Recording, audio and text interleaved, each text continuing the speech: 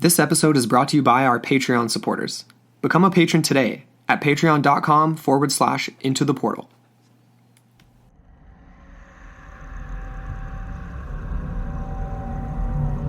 You're about to enter into a new world of knowledge, curiosities, and high strangeness. This is a podcast of Straight Up Strange Productions.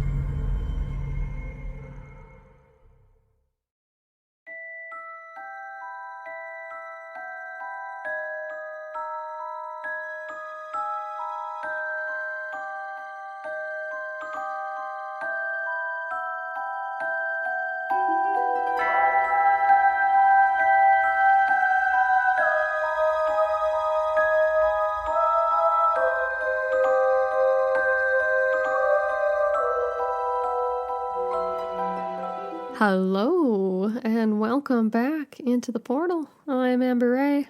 And I'm Andrew McKay. And we're back with all new Film Friday. Yeah. Late release, but it's still Friday. Better than ever.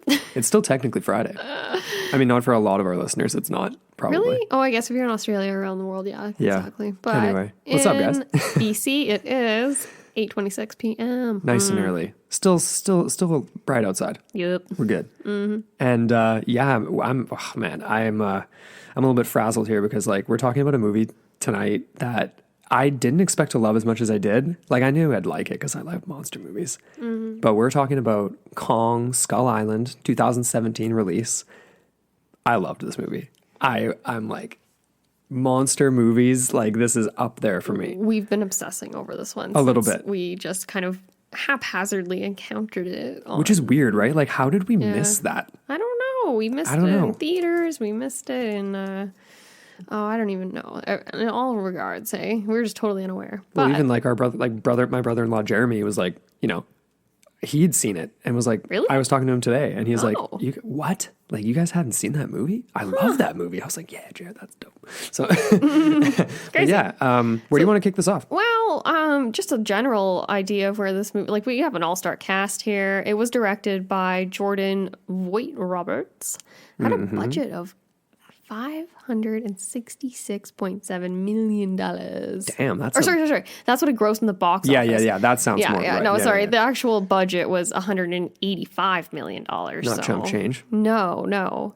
And it actually had nomination for Best Award for Visual Effects here. I'm just looking at some random that stats. is not a surprise whatsoever. No, they did a really good job with that, especially the fight scenes and all the action sequences. Amazing work. That's what won it over for me, and we're going to get into that as we roll through this episode here. But yeah, fight sequences were way different than, say, for example, Godzilla King of the Monsters, which we have some comparisons to for sure. Oh, for sure. And then you get, like I said before, an all-star cast. We've got Loki from the Thor series. We've got, obviously, Samuel Jackson. Yeah, and he's the classic. He has some classic Samuel lines bitch, please. John C. Reilly too. That was awesome. Yeah, John C. Reilly. He added a lot to this movie. Yeah. That added so much depth to the plot. Yeah, it did. I love that opening sequence where it was him basically crash landing on this remote, supposedly uninhabited, unmapped island. That's right. Along with his foe, only to become lifelong friends and try and get their way out, only to be rescued by this team that. So spoiler alert, everyone, as you all know with Film Fridays, right? Exactly. Well, let's get into maybe the start of this movie. And it kind of kicks off right as the Vietnam War is ending. Right. And we get scenes of Washington. We also have John Goodman in this movie. Oh, awesome. Who is great. He kind of makes the statement, Washington will never be more screwed up than it is right now, which is kind of funny. Oh, of course. It's totally a little jab. Of course. Mm-hmm. And so it kind of kicks off with Monarch. Which is cool, right? Because we had that in Godzilla. We're familiar with Monarch. Monsters. That's right. So they specialize in, and he has that classic line later in the movie, right? We specialize in the hunt for massive unidentified terrestrial organisms. Mutos. I would love to be a part of that organization if it was a real organization. Maybe it is. We don't know. So I mean, and there was I can't remember the name of the actor who plays the senator too. He's from Step Brothers and all that kind of stuff. He's in tons of movies, and he's hesitant to give them funding. He's hesitant to let them go. And then Brooks, is it Brooks? The other side, the geologist. He says to him, he's like, there's a Landsat mission, right? A mapping mission. We can piggyback on it. Perfect perfect window to go. But it was just like obviously the classic like hesitancy from the American government to fund anything like that. Yeah. And they're sort of swayed over by, he makes that convincing argument. The Russians. It's the Russians, right? Yeah. Them or us, 3 days, you got a window. So let's take it. And then it jumps over to Samuel and his team over in the thick of where the war is closing up over in Vietnam. Samuel, we kind of find him at a bit of a loss, hey? Like he's looking at his medals. He's pretty forlorn. He's like, what was it all for, essentially? He makes the statement. I'm forgetting the name. Colonel... Oh, his second-hand man there. Oh, his name. Oh my gosh, it's coming up. Jack Chaplin. Jack Chaplin is his second-hand man, and then what is Samuel L. Jackson's character's name again? It's Colonel. I want to say Colonel Sanders. It's not Colonel Sanders. Oh, I totally know it. We'll pull it up in a sec. But your point. I lost my train of thought there a little bit. Forget it. I'll come back around to it. Well, it just starts off with this team, right? You can see they're really tight-knit. They're about to go home. They're stoked. Everyone except for their captain's stoked, right? Yeah. And then they get the call. Well, he gets the call, and he's jacked up on that. He's like, one more mission? Give me my orders. Let's go. Yeah, they tee him up as the classic. And even... Hindelson's character has that line, though, well, he's a decorated war hero. That's the package they come in, and that's exactly what he is. He asks Chaplin when he comes into the room, he's like, what you got planned for when you get home or whatever? And he's already set up with Eastern Airlines, right? And he's looking in his box of medals and being like, all this for what? And he's got nothing else after the war is basically the message. Exactly. So he wants to continue on. And that's going to be a theme that sort of pervades the entire movie and the sequence of what is to come, which is really cool. But getting back to Monarch and all that, I thought it was really cool how we had that picked up from the last movie, the Godzilla, right? Actually, no. This would have been... For us, it was picked up because we watched... I mean, technically we watched them in reverse. Well, there was the 2014 Godzilla too, though. So that one would have had Monarch as well. So that was the first Godzilla, right? With the dude from Breaking Bad. So that was 2014. So Monarch was involved in that. Right. Then 2017 Kong. You had the doctor. What was his name? Ken Watanabe plays him. Yeah, exactly. So anyways, we get this whole kind of setup, right? And awesome soundtrack too, just to keep things rolling. Totally. Really great. Just like, the dialogue's awesome. Yeah. And all the characters are, very real seeming. Like, they've all got their motivations, and we kind of uncover more and more as the movie unfolds. And so now I love this scene where they get the debriefing. And they basically, Brooks is up there discussing Skull Island, how it's never been mapped before, it's never been landed on, and how they're going to go about dropping these quote-unquote scientific instruments to measure the ground density and see what they're really dealing with. Yeah. Meanwhile, on board this ship of theirs, they've got all this heavy artillery, they've got weapons, heavy explosives, napalm too, like everything. So that's not suspicious at all. Yeah, well, and Brooks makes the comment on the deck of the ship, being like, "This seems excessive," basically. And I mean, you'd think even from the military's perspective that they'd be thinking that, but I guess it's just like whatever. You're already suited up that way. I mean, it just is what it is to them. Better have more guns than not enough. Yeah, and they didn't have enough. No. So let's get into the whole so when they get to the sort of the location, right? And they're staring down this superstorm system that's just a perpetual motion of just basically protecting this whole ecosystem within, which is really cool if you think about it. And what kind of forces or even I don't even know, types of ecological elements are pervading to make that a reality, a constant reality. Totally. Which is the reason why it's been this only visible from the satellite or obviously or whatever, right? That's the mythology, and they make that comment too. Ancient peoples avoided this island for centuries or whatever. Not just because of what's on the island, but perpetual storm system. What do you make of that? Do you think that's even remotely... I think it just adds a lot of mystique to the plot. Well, obviously. I would love to believe that that's a possibility, you know what I mean? Not perpetual, but I mean, obviously there'd be places where everything's prone to be bad weather, don't go there. I guess this is the extreme Hollywood version. Or the never-ending storm system that just kind of makes its way around the world. Or there's been 20-year storms, I think, in some points of history, just never ending kind of thing. Who knows though? But this is definitely unprecedented, I would say. Like many of the experiences they will have. So I let's just jump to that first encounter. That was epic. Such a good scene. Oh, so good. So obviously, yeah, they got the classic Aussie going, and which seems like a bad idea when you're rolling up into a place where you don't know what's there. Like, let's just crank the tunes, but like whatever. Cranking tunes, dropping bombs. Cranking tunes and dropping bombs. Yeah, that's bold. Yeah. Bold decision. I guess it's U.S. military. That's bold. But then they break it up so well, right? With the palm tree all of a sudden out of nowhere, brilliant. Smashing through the windshield. Cuts right through everything. It's just, and then you get that awesome sound effect that they use a lot. It's like this, like, it's kind of like, it reminds me of a nuclear bomb siren kind of thing where it kind of changes pitches and it's really eerie. That's exactly and what you get it's the like. close up on Mason Weaver's face, the photographer, and it's basically a slow motion shot of her just like leaning forward, trying to basically understand what the hell she's seeing at that particular moment, because basically what they're up against is like, looks like a monkey the size of the state or Empire State Building. Like, it's huge. It blots out the sun. Yeah. It's it's just that, like, how it's got that sort of bomb siren, rising tension, and every single person's face is a different, unique like look of what the hell is that, right? And Bill Randa, so John Goodman's character, the Monarch guy. Oh yeah. His face is too just like gaping mouth, but that's so cool how they do that class. They switch from the regular like our eyeball view of it, camera footage, to like the camera footage would have looked like in 19. Yeah, it's like it's like the reminds me of like Trailer Park Boys, like sepia tone when in the music video for J-Rock. But like it's like that totally made that scene for me. Just like a little kind of a retro throwback. And they do that. They employ that throughout the film. It's really effective. I love that too. And eventually, obviously, well, we all know John Goodman's not making it home. He put the wheels in motion, and after it kind of just all slips away from him. Yeah. Especially after everyone ends up basically grounded in different parts of the island.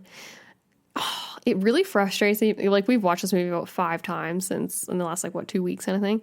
And every time we watch it, I do not understand the prerogative to just go ahead and attack this thing. Maybe you should retreat, regroup, do some reconnaissance, maybe set a tracker on that thing, get a dart on it so you know where it is at all times. Maybe be a little less brash, but of course we get the just like full frontal attack, aggressive to the nines kind of, offensive. Right. Which doesn't really work in this scenario here. No. And I just love the way that Kong just like rips them to shreds, like everything. Like, he's so dominant. Even when the blades of the helicopter go through his shoulder area or his arm. Yeah. He's just not even phased. He's like, he just grabs it like it's a little toy and just just hucks it away. It's like, what do you guys what do you think you're gonna accomplish? Right. And he's kind of hurting from it a little bit later to show his the human side. Exactly. Like, he is vulnerable still, but he's not invincible. But I just love that we get the classic knuckle, the knuckle like fist, Clench. Just clenching. Yeah. And we'll see that repeated again in the final and the climax of the movie too, by Samuel. One of the many climaxes. Right? Many, yeah. And I think they do try and draw a few parallels between Kong and Samuel's character, because they're both kind of alone, right? Which is Colonel Picard, by the way. Colonel Picard? Yeah, Preston Picard. I guess they only call him Colonel, really, in the movie. It doesn't even sound Picard. They say Packard. Colonel Packard. Yeah, just like Todd Packard. That'll be easy to remember. That makes sense, yeah. So basically, Kong obviously just decimates their entire fleet of choppers, which you and I counted, I think, to be 11 when they came off the ship or something like that? It was over a dozen. Yeah, and I love that part where because he's not being aggressive. He hucks a tree through it, the first one, because he's like, you guys stop doing what you're doing because you're blowing holes in my house here. Yeah. Not to mention you're waking up things that he doesn't want awakened. Of course, and they don't know that yet. No. But he just does that classic Superman punch of the chopper. His first attack on a chopper, he's just finally had enough. He's kind of looking around and he's just screw it, and just jumps and just does this huge Superman punch and straight into the ground. Pretty epic. Awesome. So everyone's scattered. Every single chopper's down. Yeah. Which is kind of wild. Nobody if you're alive, flew away. You're lucky. Right. They lost almost everybody. So they're kind of moseying around. Do you want to get to the part where we run into John C. Reilly? Yeah, because this makes the plot that much more interesting. We get a lot of the history of the island, the peoples themselves. Yeah. And the Ely, as they're called, are Ely or Iwi? Iwi? Iwi, I think. Iwi. Yeah. Oh, okay, the Iwi people. Yeah. And it's just really interesting how John C. Reilly, like he says, like, you know, like they're past all this. They're past crime. They're past property. They're past everything that kind of basically consumes us in Western civilization. Completely different, yeah. Very different. Very much apart, in tune with nature, right? Because the whole crew, like Mason Weaver and, oh my gosh, what's his name? The survivalist guy. He is. Let me pull it up. Yeah, here. anyways, that sort of crew, they end up just basically being entrapped by them all. Yeah, James Conrad. Yeah, played James. by Tom Hiddleston. Yeah, he did a great job too. Like, good. Every member of the cast was awesome. So yeah, John C. Reilly plays, and he's like, yeah, Lieutenant Hank Marlowe of the 45th, right? So he's been there for almost 29 years. Wow. Can you imagine that? It's so funny when he's like, oh, did we win the war? And the guy's like, well, which war are you talking about? Yeah. There was Korea, there was Vietnam. I wonder if was there another one in there too? I don't even know. Well, no, Korea would, Korea was in the 60s. What's 50s, I think. Anyway. I thought Korea was in the 60s. Anyways, whatever. I don't know. Yeah. I don't know. But I love the ship hall that they go into, how that's like basically sacred grounds. Yeah. And all the paintings and the history and like how this civilization was basically shrouded in fear for their genesis up until the time of Kong, and how Kong is their savior. And I love that, how they he's king, right, of the island. They're just his guests, is how what's the name? Hank Marlowe. Yeah, Hank, he refers to them. Yeah. I love that, because it's like it places order into the chaos of what's happening, right? And just how far dislocated this reality is from the rest of the world, hey? Yeah. And that was, totally. And of course, you brought it up just now, like that was the first, or was it the first, but one of the many classic tropes of King Kong that they bring up in this movie, right? He's king around here. They had to give him that title, right? Exactly. You know what's interesting about that too? Because obviously he's been referred to as King Kong since the genesis of the character, right? Yes. Back in the 30s when they first came out with that movie. They wanted to call that movie just Kong, but the producers and the movie studio and everything, they thought it was too Asian sounding. So Really? they had to put King in front of it. Or they had a few alternate names too, but they basically, Well, that's not surprising, I suppose. Yeah, kind of dumb. Yeah, it would have been cool if it was just Kong. Hey, well, we got it now. Kong, Yeah, Skull exactly. Island, which is a pretty badass name. Totally. Yeah, and there's a few other moments like that we'll mention in a second here too. But I mean, obviously, it's so awesome when they meet Hank, and he comes up, everybody keep your wigs on now. Like, I love that. Just so classic, right? It diffuses the situation. Yeah, and then he makes that comment to, what's his name, to Victor Neves, who's the actual map, the guy who gets carried away by the pterosaurs at the end, near the end. And he's like, are you talking or am I talking? He's like, you're talking right now. He's like, your lips are moving. He's like, I can't tell if I'm talking right now or not. I'm going to stab you by the end of the night. Could you imagine being alone for that long? Yeah, and be really weird. Those people, obviously, that Iwi don't talk. So, Right. or very much, he says. Or they don't even smile. They don't do much of anything. So that would have been very lonely. Yeah. And then your only other friend only speaks Japanese, I would imagine. Well, I mean, obviously they found a way to communicate enough to build. They spent 6 years. He makes the comment building that Gunpei was his name. Him and Gunpei, and they salvaged the parts from his B-51, I think is what, or P-51 or B-51, P-51 B, and then his old Zero. I'm not familiar with like Japanese World War II aircraft, but that's just so cool to be able to like that. Yeah. Anyway, it's a cool idea. I know. Yeah. Well, There's another thing. So another major aspect of this movie was the Hollow Earth theory. I think that's worth mentioning, obviously. Definitely. That's definitely up in our neck of the woods in weirdness. Yeah. And we kind of mentioned it loosely in our last episode, too. And that was actually because of this movie. We had just watched this movie. totally, yeah. But they basically, a lot of you are familiar with it. We mentioned it a little bit, like I just said before. So it's like there's multiple versions of it. Some of them are absolutely crackpot crazy. What I liked about this movie was that they dialed it back a little bit. So they're dropping these charges to map the subsurface, and they make the comments like the bedrock, it's practically hollow. Not like it's like this never-ending cavernous abyss beneath them. There's just these the exact just subsurface is is exactly hollow. And then he mentions there's like these caverns, these tunnels, these passageways through Earth, not as if Earth is hollow, Exactly. but just that there are these spaces. And the other thing we could add to that, the crazy side of this that they don't go into is, well, this is kind of different, but it's like the expanding Earth theory. Have you ever heard of that one? It sounds familiar, but I don't know. Yeah, it was one I covered. It was like a pseudoscience lecture in one of my geography classes. Oh, really? But anyway, I won't get into it. It's really, really dumb. But basically, premise is that Earth is expanding. Anyways. Yeah. Anyways, I really, because there were so many really cool moments. Do you want to get into some of the creatures? Let's do it. That we encountered? Definitely. There's a few. And so the first one that they actually encounter doesn't appear to be deadly by any means. Like there was a few, right? So they break off, they've got the two groups going on. Basically the military unit and then the civilian unit with Mason Weaver, the photographer, the survivalist guy, and a few others, including John C. Reilly once they leave. Yes. But so essentially, okay, so I liked that scene. I didn't like it. It really annoyed me, but I liked what it portrayed about the character of Packard, like Colonel Packard. Yeah. Because they were just wading through the swamp. They're very vulnerable at that particular moment, right? Who knows what the hell's around them? Bold walking through that swamp. Very bold. And he's the one that's up on high ground. He manages to spot in his scope one of these like pterodactyl looking bird things that's super ugly. Yeah. And just because he can, decides to just shoot the thing. He's like, that's an ugly fucking bird, or whatever he says. Yeah. And then shoots it, only to realize that there's an entire flock of them in the tree, which we later realize can actually be quite deadly when they're working together.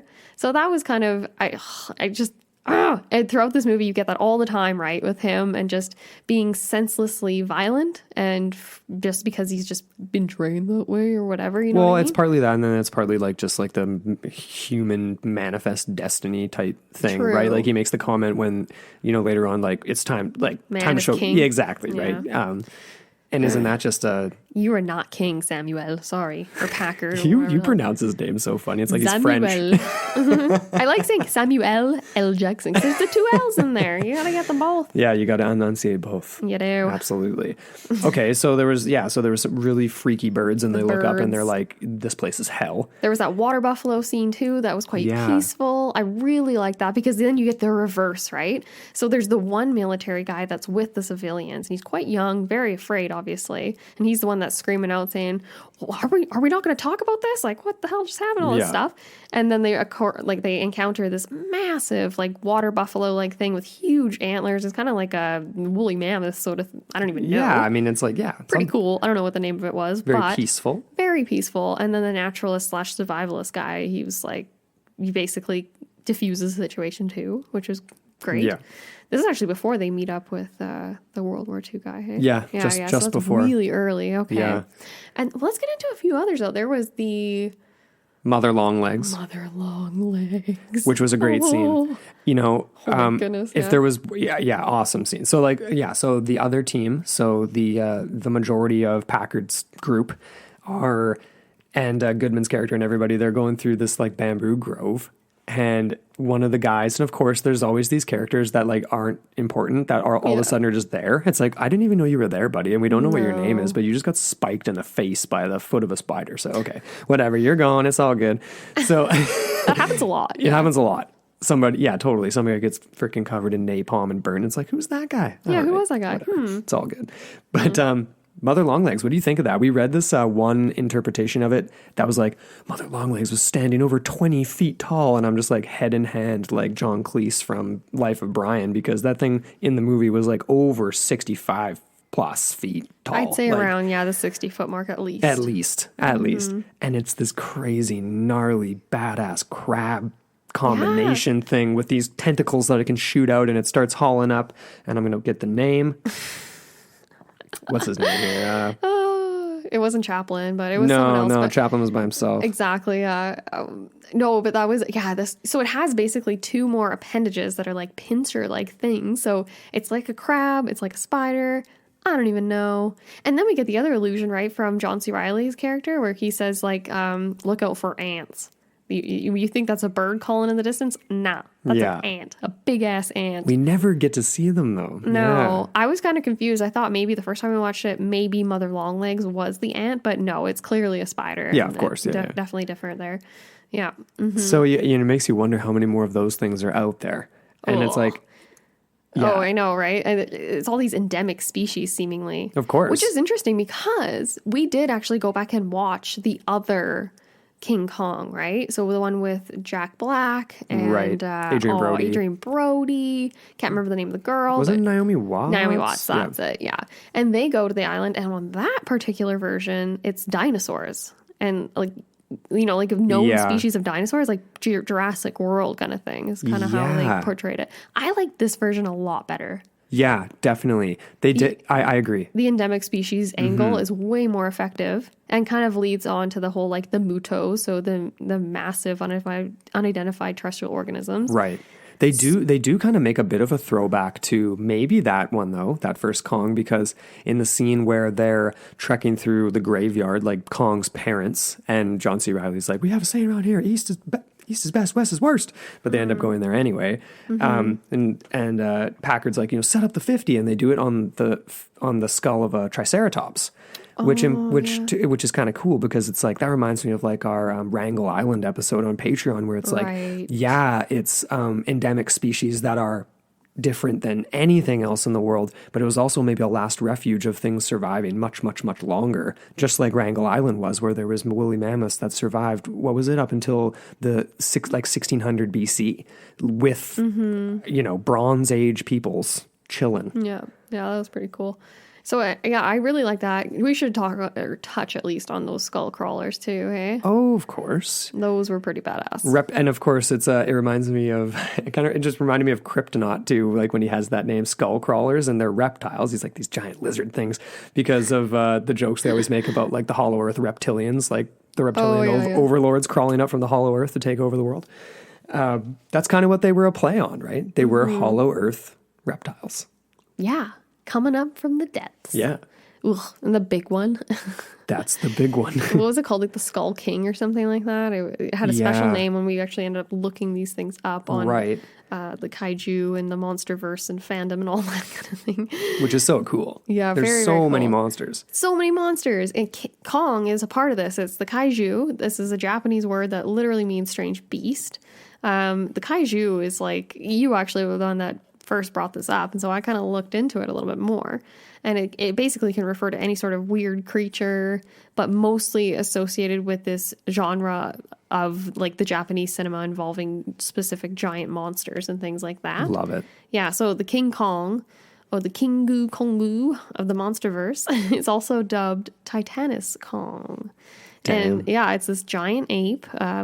This is kind of funny because the bio here says it was created by Legendary Pictures and first appeared in 2017 Monsterverse film Kong Skull Island, when it has a much longer cinematic history. It actually first appeared in 1933. It was an RKO Radio Pictures film called King Kong. Cool. And then there was another one done in 1962. It was actually a Godzilla film, and it was called King Kong versus Godzilla, which we have to get set for 2020. What? Oh man, sometimes I don't get excited for like versus movies, but I actually don't like it either. But I am still really excited for it because it's going to be sweet. It is going to be really. And cool. obviously, it's like you got to end up picking a side, but it's like, of course, if the world is covered in giant titans, like they're going to have some squabbles now and again.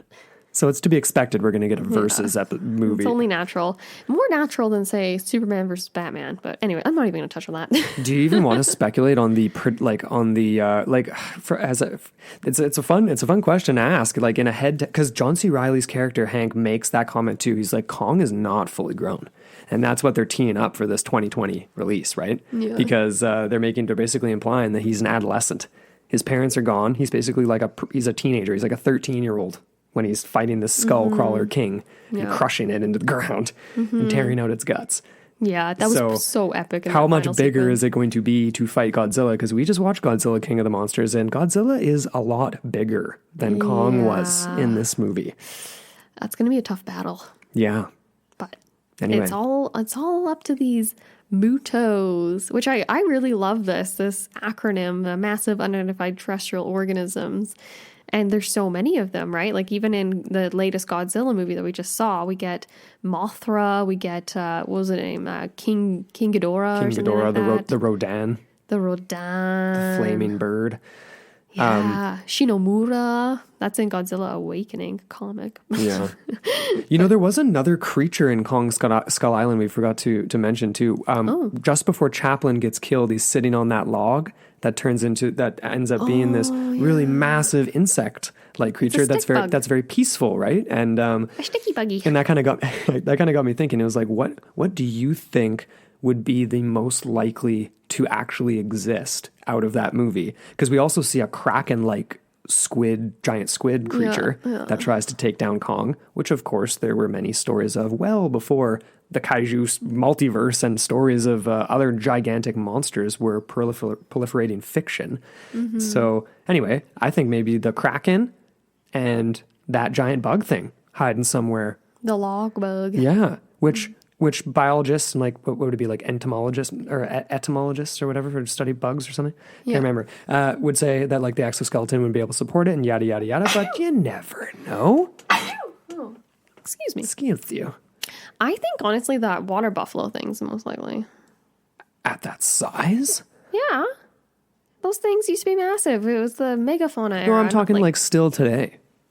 I'm talking still, yeah. Just chilling somewhere. Well, I don't know. I guess I could agree with the kraken thing too. I suppose it's possible. We never know. Those birds. You want me to bring up my classic wood bison story? It's all pretty likely. If you want to believe that, what was that crazy like viral video that was going around? It was like some dude in Brazil or something. He had like it looked like the thing out of Stranger Things. It was like this weird alien moth. It was like a moth with tentacles. Yeah. 4 tentacles that were pulsating. I think it was honestly just a trick of I think it was like digital editing. Yeah, exactly.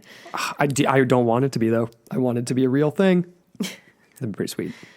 Okay. Well, I want to get into an alternate ending that was really, really interesting that we just watched last night. Was there any other like moments you want to bring up, though, or any sort of themes? I don't know.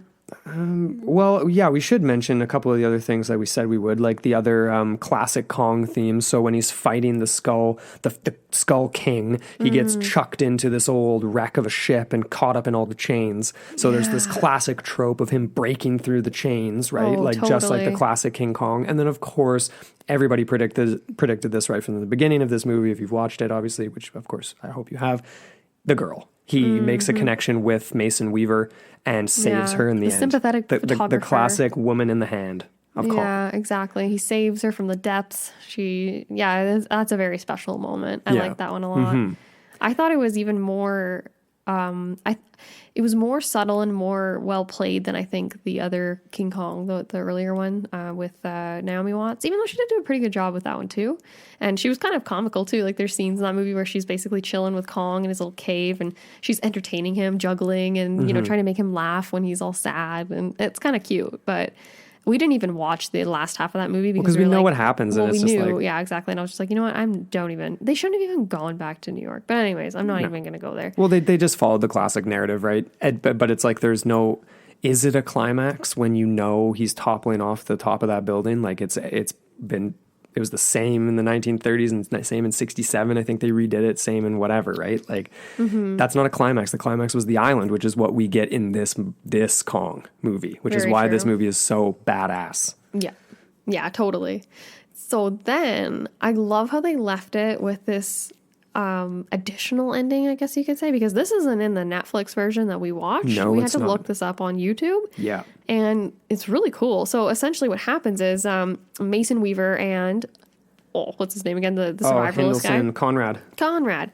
So they obviously make it back. So does, oh my gosh, what's his name? Hank?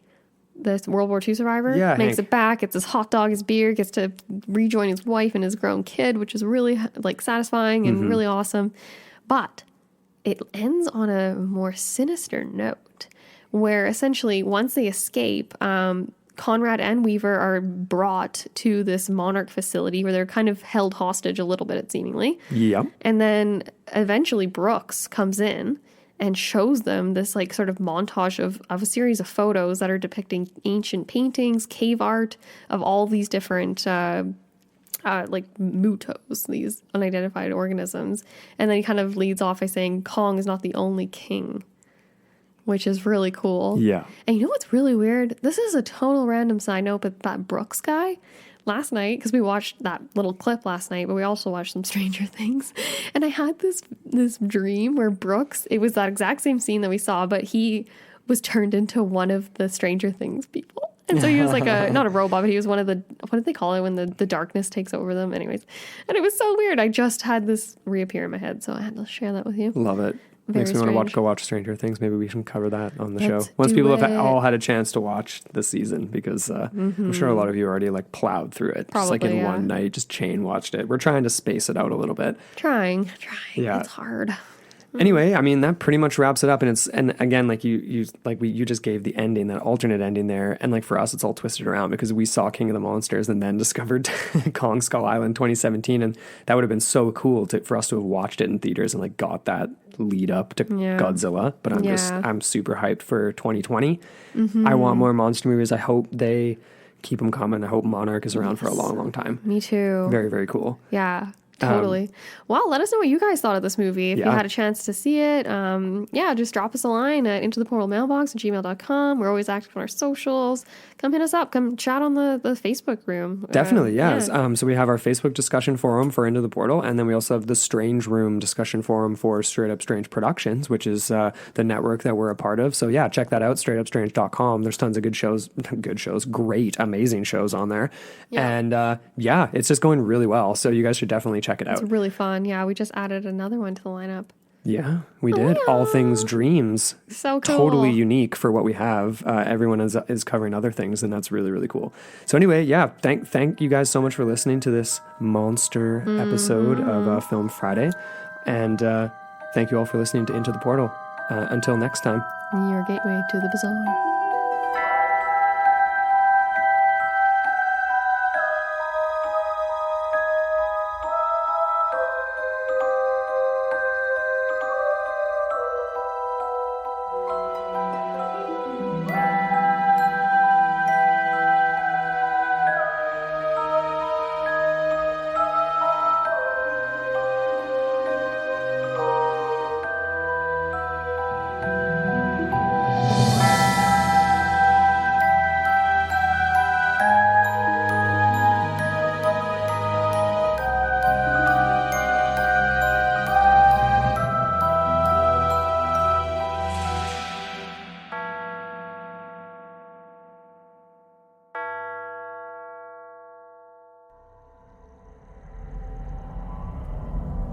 This podcast is a part of Straight Up Strange Productions. Discover more shows like this one at straightupstrange.com.